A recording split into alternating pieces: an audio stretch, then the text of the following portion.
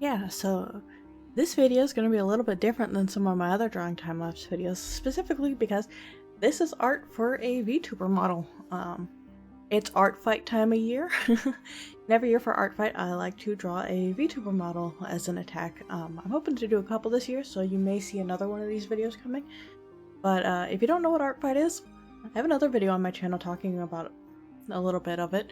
But basically, I am drawing someone else's character. Specifically, this character belongs to Woffle, I believe is how you say their name.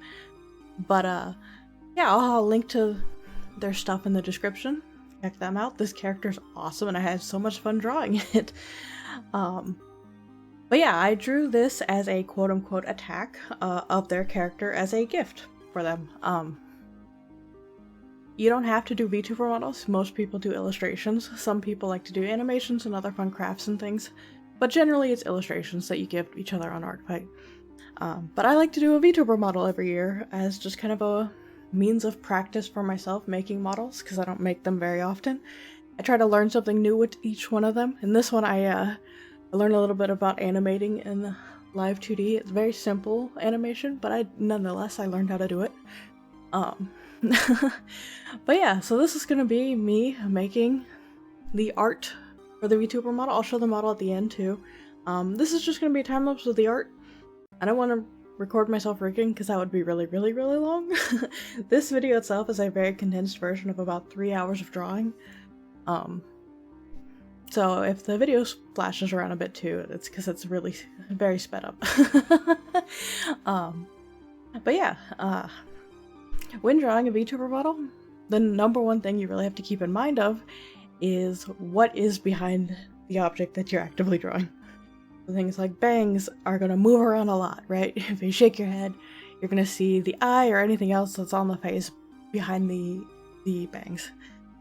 If you have ears, fins, hair, things that go behind the head when the head moves, you're going to see different parts of that. Like my chest that is behind, like my hair that's hanging down. You see all that. So you have to draw all that too. More complicated pieces like the eyes and the mouth are a lot more parts than you would think that they would be, because everything that moves has to be made. So this is why VTuber models tend to be a lot more time consuming to make. I'm talking too fast. Because you're thinking in a lot more parts than you would if you're just drawing a traditional illustration piece. All these parts that I'm drawing that are hidden behind other things, you wouldn't normally have to draw at all. You're also thinking about how many parts you have to break into something into, like things like the eye, things that move a whole lot and have a lot more complex movement. You're gonna need to break into a lot more individual parts so that you have the freedom to animate those. Something else to keep in mind when making parts for a VTuber model is shading and rendering. This is something that I guess I have a little bit of an advantage of, because I tend to do pretty flat shading. Most of my art is cell shaded that's kind of softened and maybe has some gradients thrown on top of it.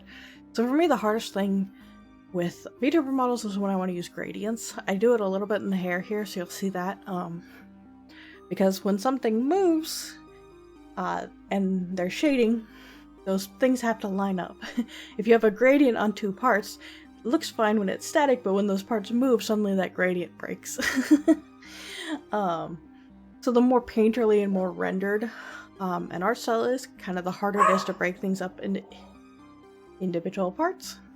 Thank you, Batman. It's something you really have to be careful, not just, you know, what's behind moving parts, how moving parts connect, how you want to break pieces apart. You end up with a lot of layers.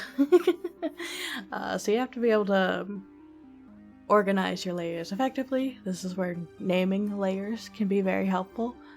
You could talk to Kiwi and you'll know that I do not name any of my layers. You can also see them here in the time-lapse. Not a single goddamn one of them, so you'll see me flipping through layers later as I try and find specific pieces that I'm looking for, and I start turning off and on every layer in my file. Organization helps. I am not organized, and I fight myself on it every time I make one of these. Something that I ended up finding more challenging than I thought I would on this character is the colored markings on their skin.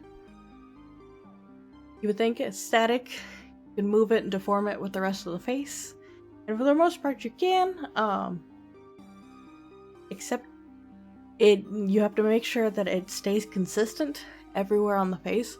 Like the stripes on my own model were easy because it's pretty easy to like see how they are consistent, whereas the markings on this character, because they're more intricate, when the face moves like the right and left, keeping that marking consistent with the eyes and where it's related and the same parts overlapping, that ended up being something that I didn't even consider having to like worry about when rigging. But it turned out fine. But it was something I finished rigging the like face movements and I went, that just slides around all over the place. That doesn't look right. You can also see a lot of the pieces I'll draw specifically just a little bit underneath, because I know when I'm rigging it how much something is going to move. So like the white shirt there, I didn't need to draw more than that because I knew this like over like kimono piece would not move that far from the body. So I didn't need to draw an excessive amount extra. For some models, like for like Zero's model that I've done in the past, I have it so that he can remove his lab coat completely, in which case something has to be under the lab coat. So I have to make everything under the assumption that you'll see no lab coat at all. Didn't have to worry about with this one. I knew that this would always be on. So you can put different effort into how much you know something will or will not move. If something doesn't move, or it doesn't move a whole lot, you don't have to worry about what's behind it as much. I think things that move a lot are going to be like hair pieces. Those are always the pieces that I end up running into where I'm like, I wish I put a little bit more behind it here. Pieces like the like cape here, because I knew it was pretty tight to their body.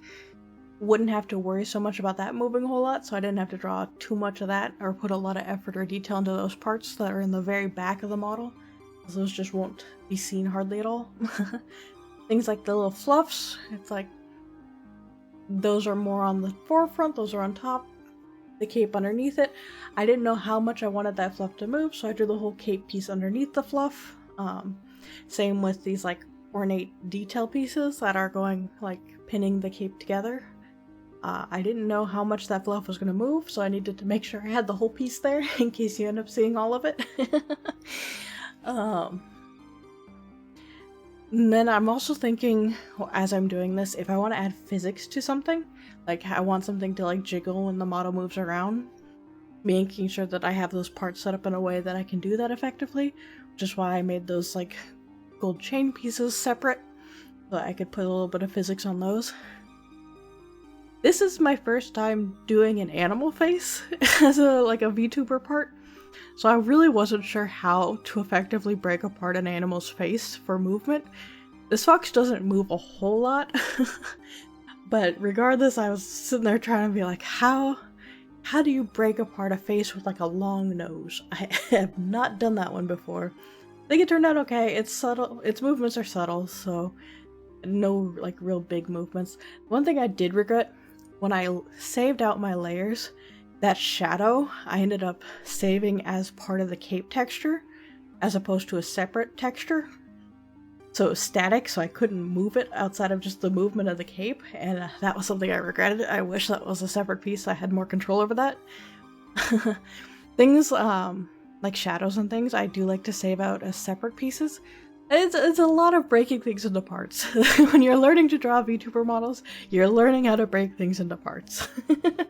You can see me like searching through, turning off things so I can see behind things as I am shading these last few pieces that I needed to finish shading.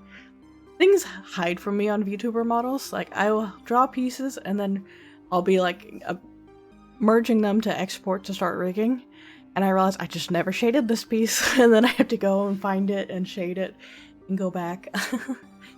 But yeah, you can see The little fox is where I tested animation. That was the piece for this model that I wanted to try something new with. I'd never done an like idle animation before in a VTuber model, and it's pretty cool. I'm a big fan of it. I'm definitely going to keep incorporating this into future models going forward because it definitely makes it much more dynamic to have just a bit of animation going that isn't being puppeted by the person controlling the model. So I was thinking about it and I was like, if I tie the fox's blink to like the character's blink, then it'll look really manufactured, having them blink at the same time every time. You could tie it to something else like the mouth movement or eyebrows or whatnot, but again, it's gonna feel much more mechanical. But having it blink on its own, to its own timing, gives it so much more life. It's just a small, subtle piece, but it's really cool. And I learned something. Always love learning things, and this is such a fun character design. Again, this is Woffle's character. I'll link all the Woffle stuff in the description so you can go check them out. Super cool character. Having a lot of fun with Artfight this year. So, yeah, thank you for watching this. I'll see you next time. Bye-bye!